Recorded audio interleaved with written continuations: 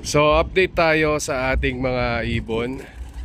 So ayan nga sila, panlaban natin sa norte. So winter po ang laban. Dati meron ditong mangga. Ayan, nabuwal siya nung bumagyo. Ayan. So buwal. Kaya ang mangyayari ay wala na talaga tayong lilim dito. So bali ayan nga yung ating mga ibon. So palalapitin natin to, anak ni Sel.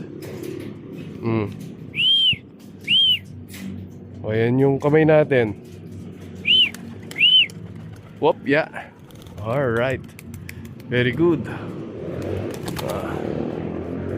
Ibon natin. Maamo. Yan. Ohoy. Nagugutom na sila. At ito nga oh.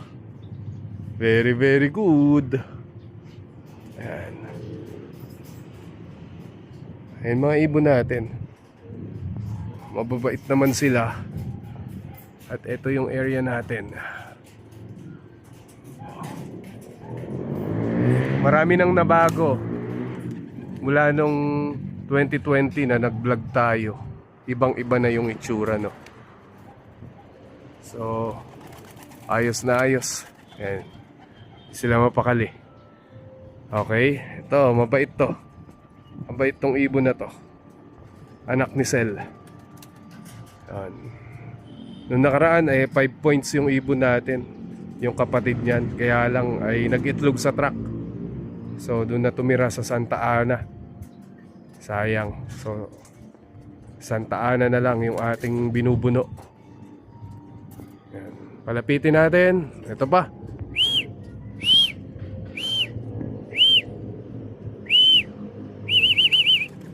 Ayun o. Alright. Papapasukin na natin sila sa loob. Magpapakain na tayo. Yan. So ang oras natin ay tingnan natin yung oras.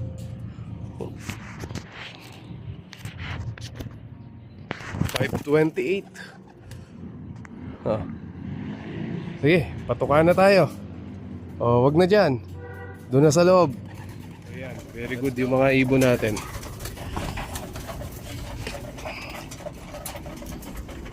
Tapos dito, ayan, meron tayong pinag-pair. Ito, Morado Cross Ampon. Tapos ayun naman yung anak niya, no? So hopefully maganda yung ilipad nito ng anak. Ayan yung hen. So ayan yung ililipad natin sa susunod, no? Tapos ito rin. Ito pang winter natin. Ito nakaabot to ng first lap derby. Tapos ito naman hininto natin kasi naglugon, no? Tapos ito, so panlilipad natin. Alright, parehas pala silang ililipad. Yan. Ayan yung mga ibon natin. Yan lang yung update natin. Alright.